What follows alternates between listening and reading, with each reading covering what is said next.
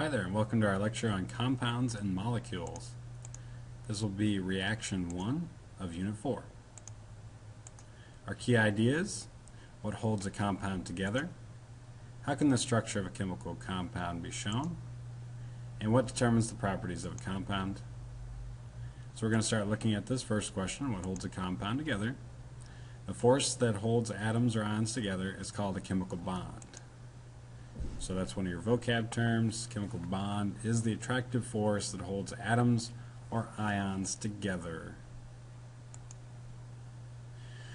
Typically, we can show chemical bonds or compounds in different ways. We've got different models that we have used. We've got a ball and stick model in the top left here. We've got a space-filling model. We've got a structural model. And we've got the chemical formula for this particular compound. And typically we show bonds, or these chemical bonds, with little sticks, and we'll talk about here in just a little bit that the stick method is good for showing what kind of bonds we have, but it's not necessarily that accurate because these solid stick-like structures don't exist. So it's just kind of a visual for us to see that those particular elements are bonded together. Alright, next question. How can the structure of a chemical compound be shown? So the structure of a chemical compound can be shown by various models. Different models show different aspects of compounds. So we can start with the chemical structure, which is just the arrangement of atoms in a substance. Some models represent bond lengths and angles. A bond length is just the distance that is between the nuclei of two bonded atoms, and typically is an average because it will fluctuate and differ slightly depending on what kind of compound we have, and other surrounding elements can affect it too. The bond angle is the angle formed by two bonds to the same atom. So an example here, technically water, we've got oxygen bonded to two hydrogens, makes a kind of a bent shape. So the angle that's between these two hydrogens, this is an angle here, and this is just a bond angle. What kind of angle is made because of the way these atoms interact with each other? The reason water bends like this, and this is called a bent representation, is we've got these electrons that favor this outer position, and they're found in pairs outside the oxygen atom, which causes the hydrogens to bend or move towards each other. So this is actually the formation of water. So an example here, just kind of give you a visual. The bond length is the distance between the nuclei. So we've got two hydrogen atoms, and what the distance is between these two. And when hydrogen is bonded to hydrogen, it's going to be an average of 75 picometers, which is an extremely small measurement. Okay, so the first representation that I showed you on the previous slide, or one of the previous slides, was the ball and stick model. The atoms are represented by balls. The bonds that hold the atoms together are represented by sticks. And here we've got the bond length and bond angles represented as well. So for that water molecule, that angle was 104.45 roughly degrees from hydrogen to hydrogen. And we can do 360 minus 140 if you really wanted the outside angle, but we're not going to worry about that. So again, these sticks are there to represent that the oxygen and hydrogen have a bond, or they're sharing, or they're donating, but there's a connection between them, and we'll talk about whether it's a covalent or ionic bond in the next lecture. And structural formulas, the chemical symbols are used to represent the atoms. So instead of the balls here with the letters in the middle, we can save some time by just writing the element symbol. So O for oxygen, H for the hydrogen.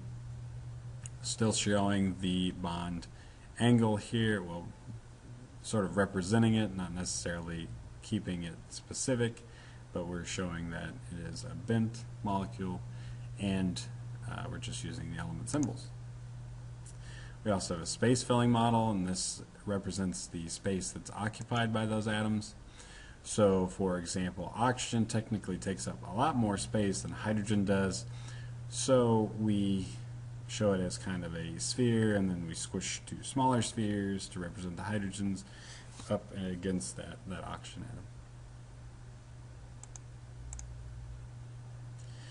And when we look at bonds and we show them in this ball and stick model as very rigid and structural,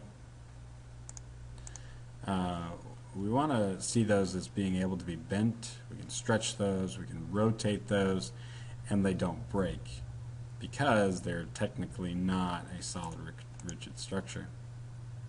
So a better representation of bonding between, let's say, hydrogen and oxygen might be better represented by a spring, because we can bend those, we can stretch, we can compress the springs, we can bend the springs. This kind of shows a better idea of how that bond can actually act and behave. Again, a spring is a physical item that's connecting the two atoms, which really doesn't exist either. Overall bonding is just an attraction between these two atoms. Again, we'll talk about that in the next lecture. Most bond lengths are average distances, so they're not exact, and then these bonds are going to hold these atoms together very tightly. Our next question, what determines the properties of a compound? So the chemical structure of a compound is going to determine how the properties of that compound are. So looking at the compounds, we've got something called a network structure. These are strong solids, so if we look at something like quartz, which is SiO2, or silicon dioxide, it's made of silicon. We've got one silicon atom, and we've got two oxygen atoms that are bonded together. And when these bond together, they bond in a strong, rigid structure. Some networks are made of bonded ions, so we've got ions that are attracted to each other, positive ions or negative ions are attracted. So these attractions between opposite charges give the ionic compounds very high melting points and high boiling points because of the ionic interaction. So if we look at table salt or sodium chloride, it's typically made of this tightly packed repeating network of positive sodium ions and negative chlorine ions.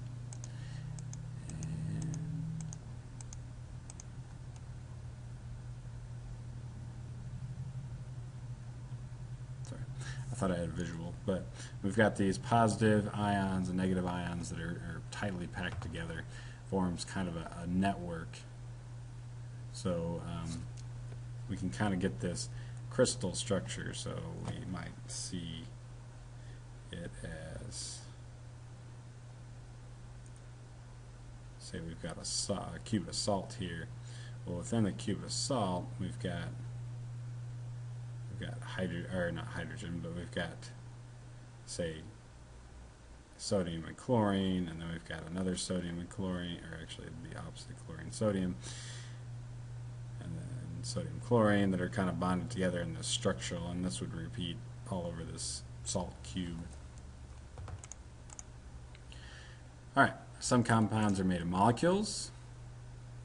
They can be solid, they can be liquid or gas. The strength of attraction between molecules will vary.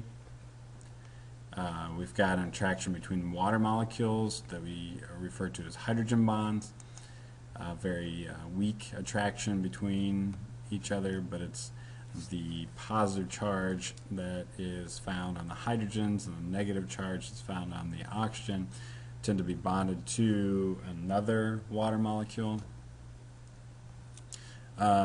Here's a note here: hydrogen bonds are not as strong as the bonds holding oxygen and hydrogen atoms together that are within the molecule. So I do have a visual of this.